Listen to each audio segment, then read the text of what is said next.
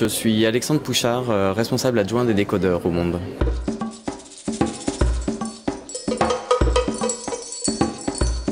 Il existait des fake news avant les réseaux sociaux, fake news dans le sens vraiment de fausses informations, de rumeurs, de canulars. Ça, c'est quelque chose qui a toujours existé avant même l'apparition d'Internet. Enfin voilà, ça c'est pas quelque chose de nouveau.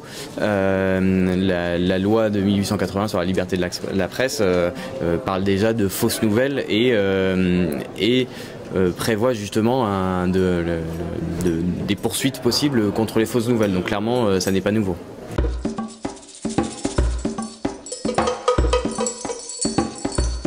Je ne dis pas que les journalistes ne sont pas nécessaires parce qu'il y a quand même, au contraire, il y a une telle masse d'informations donc qu'il y a un besoin de filtre, d'analyse, de donner du contexte, mais surtout de vérification de l'information, de ne pas prendre ce qui circule sur les réseaux sociaux comme forcément vrai.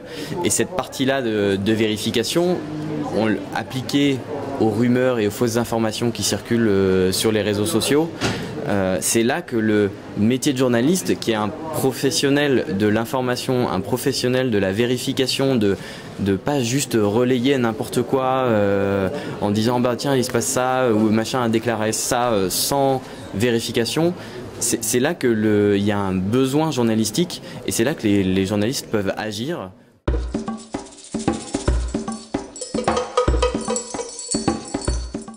C'est vrai qu'on n'a pas le monopole de la vérité, de la vérification, etc. Comme je le disais avant, c'est le travail de journaliste de vérifier des faits, de dire si cette chose-là, plus que cette chose-là est vraie.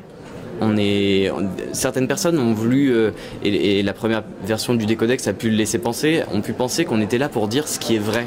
Mais nous, on perçoit notre métier de journaliste surtout pour repérer les choses fausses, en disant attention, ceci est faux.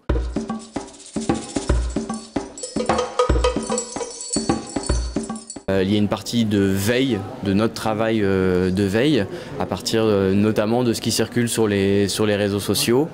Il y a toute une partie de signalement aussi par nos lecteurs qui vont nous signaler des liens potentiellement suspects, que ce soit via Twitter, via Facebook ou dans les commentaires, dans des mails, etc. Enfin, on essaie d'être en contact permanent avec nos lecteurs par ce moyen-là.